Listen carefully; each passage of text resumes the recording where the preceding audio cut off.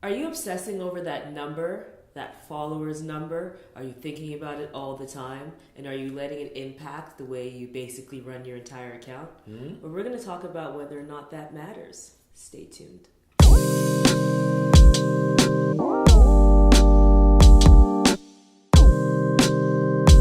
Hey guys, welcome back to our channel. We are High Season. We're a social media agency that helps entrepreneurs, business owners, and marketers step their social media game up and break the algorithm. And we're back for another Q&A. Social media Q&A number 2. Oh, check us out. Loving them. So we have a question from Zach. And Zach says, how important are the numbers? Follow count and ratio, followers to following, etc. Well, Zach, we have an answer for you. So the follower count are the main number that you get to see on everyone's social media account. Now we call this vanity metrics, and they call vanity metrics for a reason. Yeah. Vanity meaning it's just a number that sort of like shows off what you've achieved to other people, but doesn't really mean anything. I think at one point in time it did. It did. And that was probably when it couldn't be purchased. And when the algorithm favored those actual followers, yeah, exactly. And all those followers saw what you posted. Back in the day when you could actually see 100%, like you posted something and 100% of people saw that, that was fantastic. Because if you had 10,000 followers, 10,000 people were seeing your message. That's not so much the case anymore. No. And followers can be bought. They can be fit. You can spend $50. I think it's like $20 for like thousands. It's like, out of control. Yeah, it really is. A few hundred bucks, you get 100,000 followers type of thing. So tell the people what you think and what we think matters if the follower number doesn't matter. How many people actually engage with your content is what really, really matters. So the greatest example, I would rather have 1,000 people who like 50% of them engage than 100,000 people with, half a percent or whatever of engagement. Because technically that smaller niche network are going to actually like take action for your business, for your brand, for your product or service, whatever it may be, versus all of these dormant, essentially. Like you've got 100,000 followers, but no one's even liking or commenting or sharing any of your content. Then what's the point? Are they even really following? Yes, it looks better. And unfortunately, this is one thing, if you watch our influencer videos that we've talked about, a frustrating thing for us is there are a lot of people who have these 100,000 followers, whether they're fake or whether they're just dormant. Those people will get the opportunities from brands, from whatever, just opportunities in general because of their social media following, versus the person with 1,000 followers that gets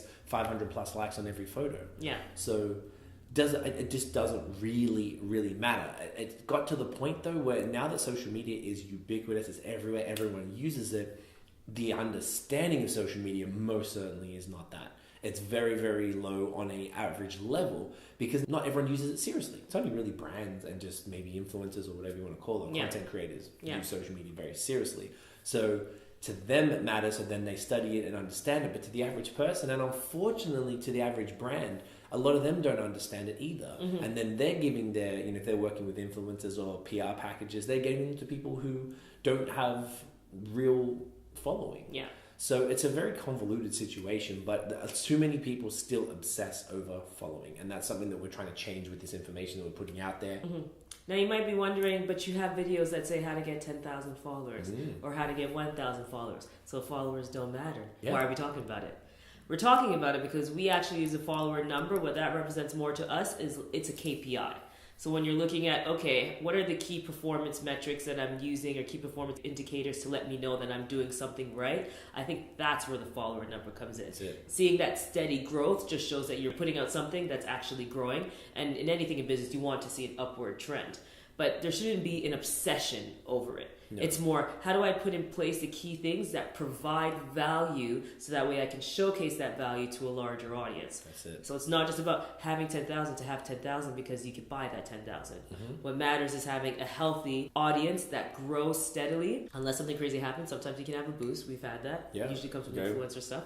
Or if you go viral. Or if you go viral. But it's more about having a steady growth, a healthy growth, and providing value to your audience. So it's not about obsessing over the follower number. It's more a holistic picture, and that's why we look at engagement, because engagement shows you this content's actually interesting. The people that you do have are loving it, and that's going to bring more people that you want to your page, and growing will be a byproduct of that. 100%. And then the second part of Zach's question was, the follower to following ratio. Do you have any thoughts on that? My thought is just make sure you're following the right people. Yes. And so that's it. It's like you generally probably as a brand, you don't need to follow 3,000, 4,000 people. No. You can't really see the need for that. What you should be following though are accounts similar to yours, because that again is something that Instagram, for example, is going to use to determine like what your content category is. Yeah. So if you're a florist and you're following a bunch of flower accounts and anything that's like maybe a little DIY home stuff, that's going to let Instagram know that you fit into that category. And when you see the Explore page and there's a home section there and home decor and stuff like that, you'll fit right where you're supposed to be. Exactly. So that's the thing. Be strategic in that.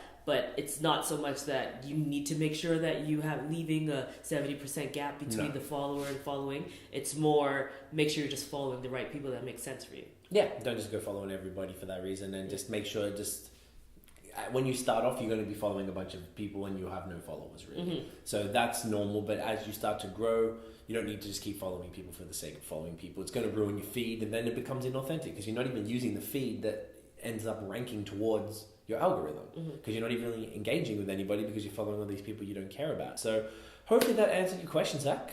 Anything else to add? Nope, that's it. That is it. So guys, if you like the video, give us a thumbs up, hit subscribe below, hit the notification bell so you don't miss any other videos from us. Follow us on social media everywhere at High Season Co. I think it's a bit lower. It's like that. It's like right. It's like right here. At High Season Co. And you can check out our website, highseasonco.com. Until next time, guys. Peace.